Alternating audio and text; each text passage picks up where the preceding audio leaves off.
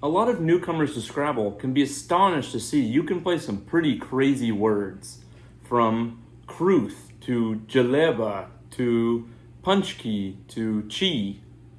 But these are all words in English, even if they originally come from other languages.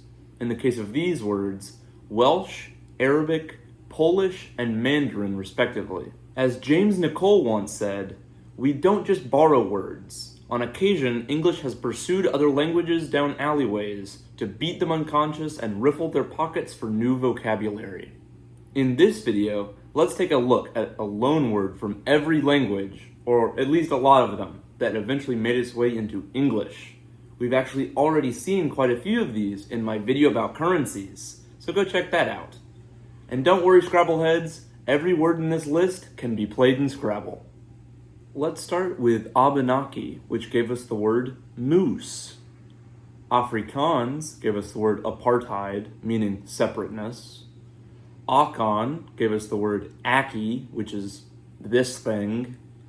Akkadian is the source of the word ziggurat.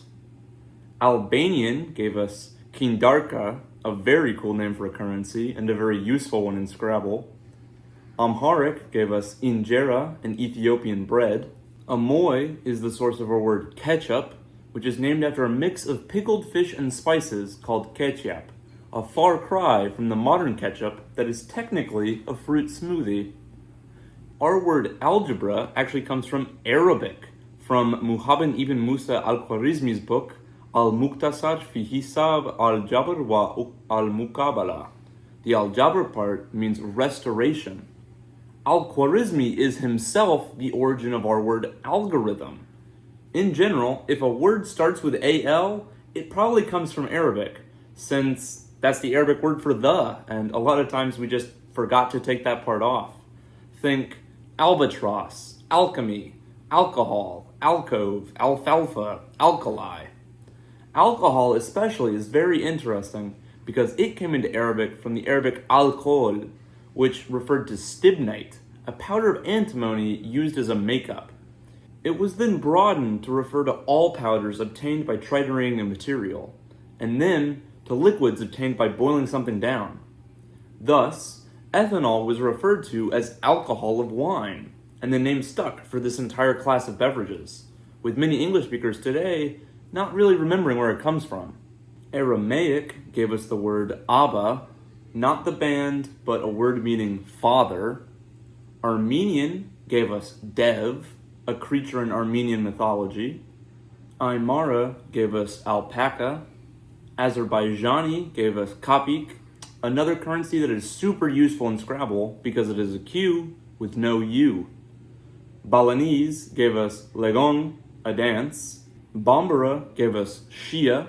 Basque is the origin of the word bilbo, a type of sword made in the Basque city of Bilbao, and is actually the namesake of Bilbo Baggins. Bengali gave us jute, a good one to know for Scrabble. Berber gave us couscous. Breton gave us truant.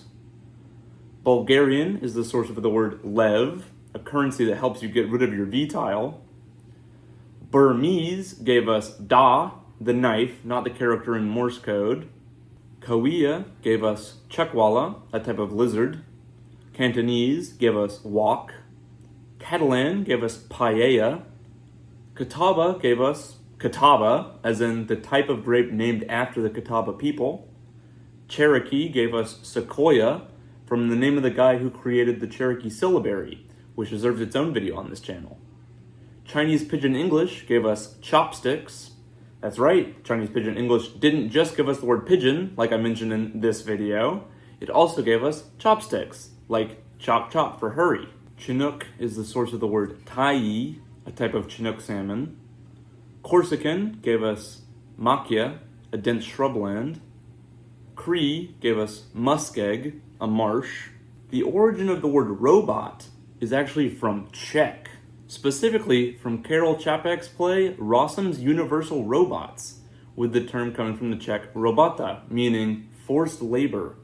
The robots in Čapek's work aren't super similar to how we think of robots today, as they were actually living people instead of the metal constructions we have now. Carol was originally going to use the Latin term labori, but his brother Joseph suggested robot as a replacement. Danish gave us aquavit, a liquor whose name means water of life. Derug gave us dingo. Divehi gave us atoll. Dutch is the source of the word maelstrom.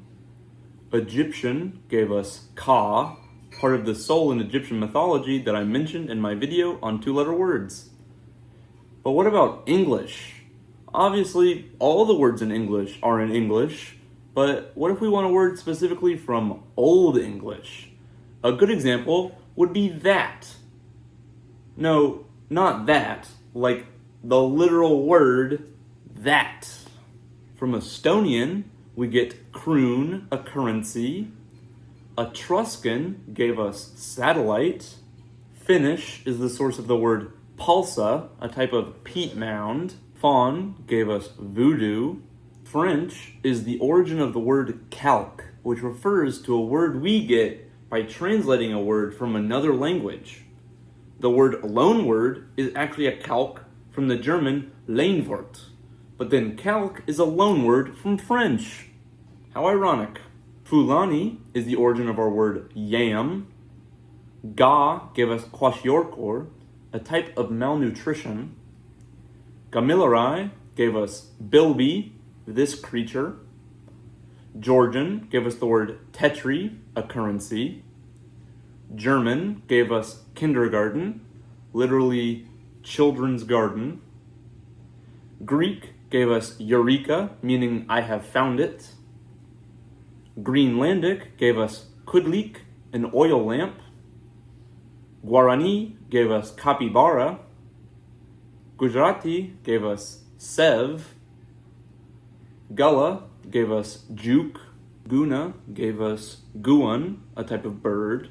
Gugu Yimidir gave us kangaroo. There's actually a little bit of a myth that kangaroo comes from a word meaning I don't know. But in reality, when colonizer James Cook showed up to Australia and asked what that weird animal was, the Gugu Yimidir people actually responded with ganguru, their word for the animal. Gwich'in gave us Klondike. Halkomelem gave us Sasquatch. Hausa gave us Juju. Hawaiian gave us Wiki, meaning fast. Hebrew gave us Cabal. Hindi gave us Avatar. Hokkien gave us Ginseng. Hopi gave us Piki, a thin bread. Hungarian gave us Goulash. Icelandic gave us Geyser, from a geyser in Iceland called Geysir.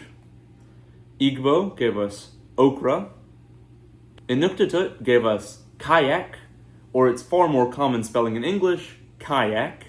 Inupiaq gave us Malamute, a subgroup of the Inupiaq that gave its name to a type of Alaskan sled dog.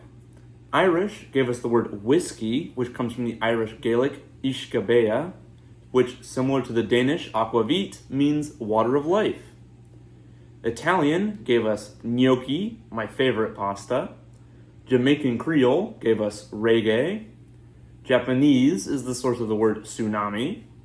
Javanese gave us batik, a dyeing process. Kannada gave us bamboo.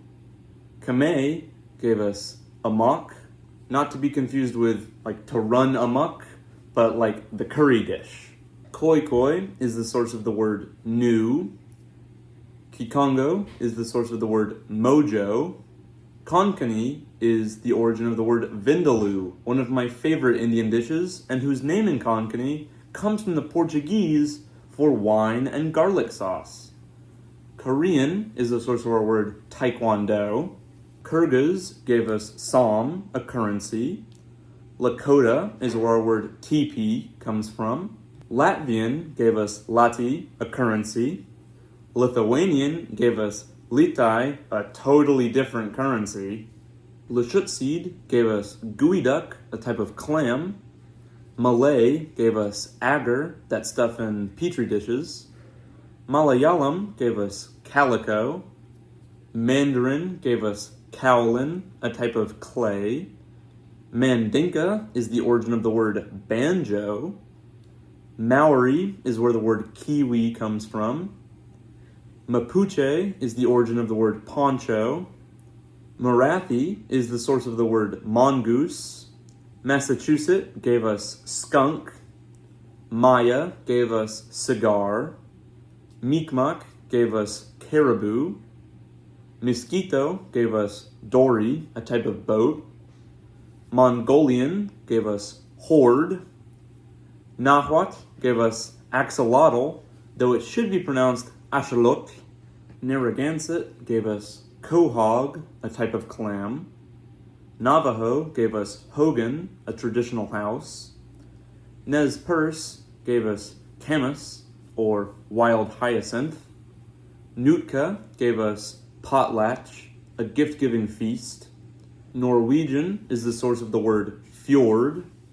Odawa is the origin of the word chipmunk. Ojibwe is where we get the word totem. Okinawan gave us nunchaku, or its more common in English variant, nunchuck. Persian gave us kiosk, from kushk, meaning pavilion. Polish is the origin of the word spruce, from a word meaning of Prussia. I never would have thought this was from Polish. Portuguese gave us ai, as I mentioned in my video on all the two-letter words, is a type of sloth. Powhatan gave us hickory. Quechua gave us the word quinoa.